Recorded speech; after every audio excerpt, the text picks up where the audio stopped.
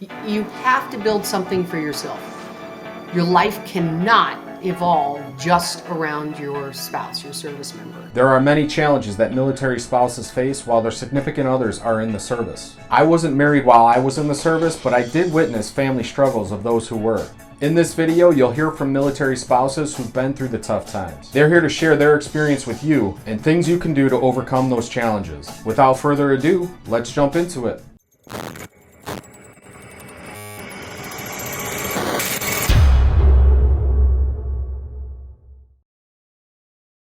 Yeah, it was kind of a choppy transition because I didn't really know what to do.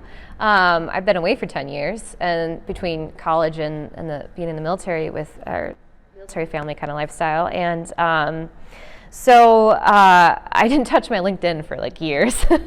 So I decided to finally update that and start reaching out to people, but I didn't know that something like the Chamber existed, or I know there's more and more nonprofits out there like Bunker, and now some more military spouse ones are coming out. But going to your home state that you are planning to move back to and start researching what type of chambers are available for either veterans or spouses, and reach out to them, let them know, hey, we're going to transition at this time. It'd be really great to connect with someone, and this is my field, and do you know of any people hiring or anything? Just making that connection.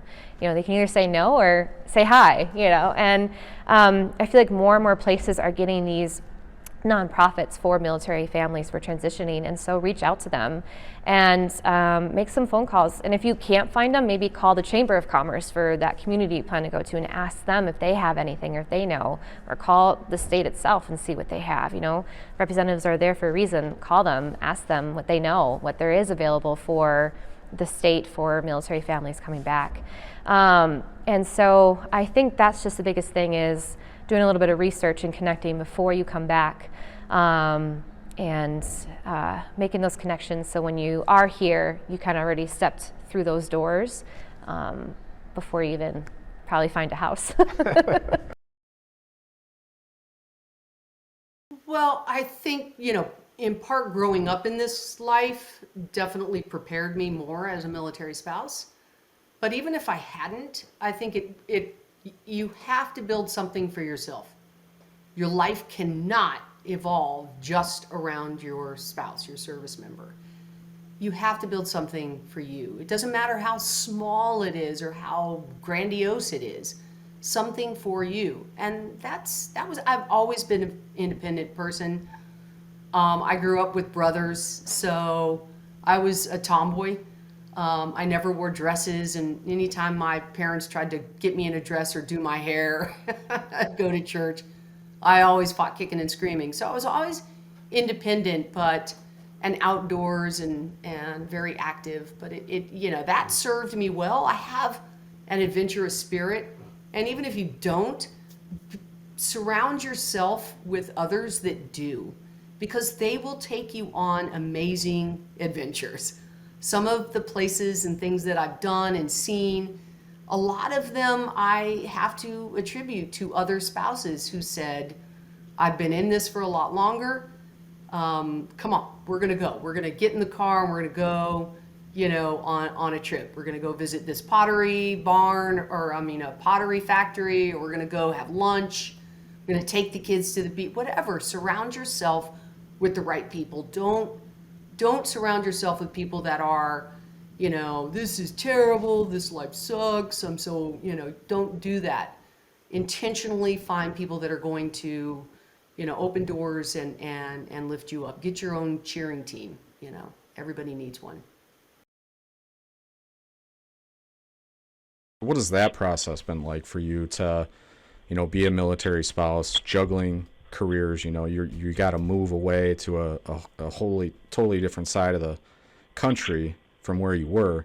Has there been any challenges included in that with you and your career?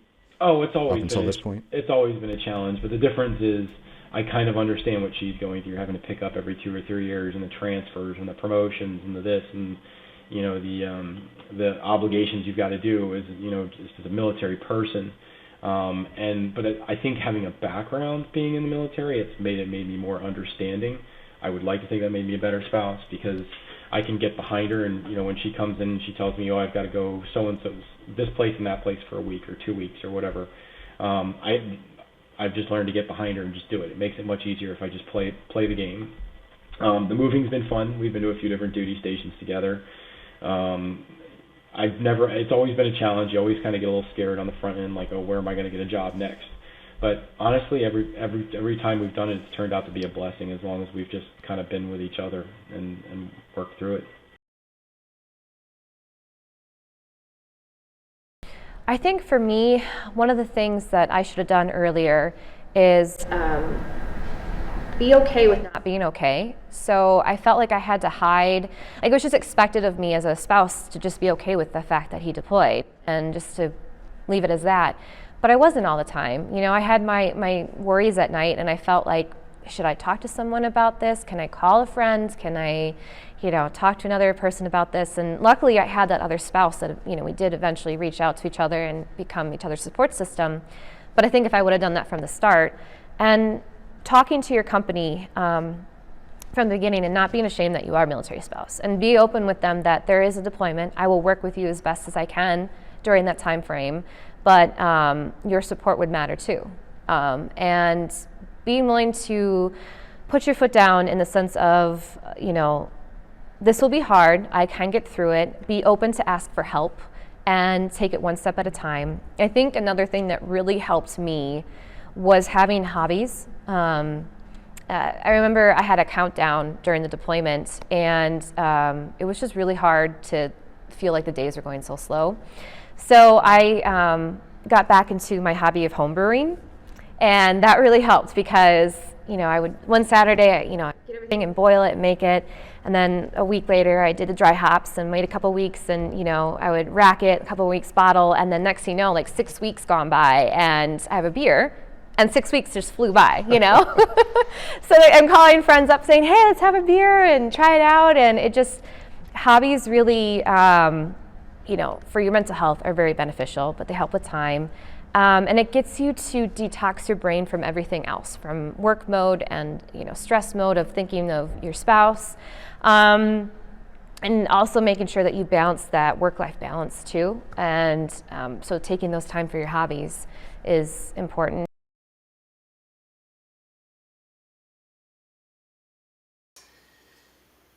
Well, I often say define what success means to you first and foremost, right? Don't go by what your friends and other people are posting on social media. Remove all of that noise. Think honestly to yourself, what does success mean to me? Does it mean getting a job? Does it mean being the best stay-at-home or best mom I can possibly be? And then map out that plan. Now, it may change, and that's okay. And you may stumble off of that plan, and that's okay too. But if you map out that plan you've identified what success means to you. Hey, I want to go to school. Hey, I want to learn this skill. Whatever it is, or I want to start a business, or I love making these little bow ties for kids and all my friends are buying them. How can I maybe, create an e-com site or something? Whatever that plan is for you, not anybody else, right? Map it out. Because as soon as you map it out, you put it basically from your mind onto paper, so to speak, you've created a roadmap. And then you break that roadmap up into little bite-sized pieces. We want to thank our contributors who shared their input in this video. If you'd like to learn more about them, what they do, and get connected, you can check out their links in the description below. Even if you had one takeaway, that's a win. If you'd like to see more content like this, smash the like button and hit subscribe. Our goal is to keep the military community connected. We appreciate your support, and we'll see you in the next video.